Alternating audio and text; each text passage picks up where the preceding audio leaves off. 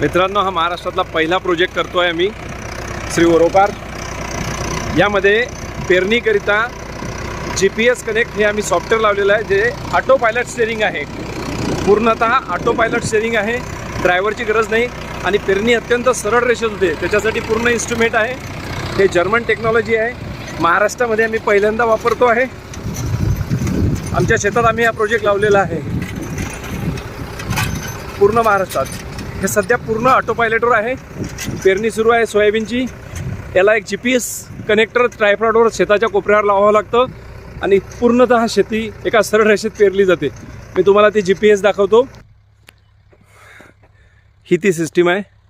या सिस्टीमला तो ट्रॅक्टर सध्या कनेक्ट आहे आणि ही सिस्टीम सध्या GPSला कनेक्ट आहे.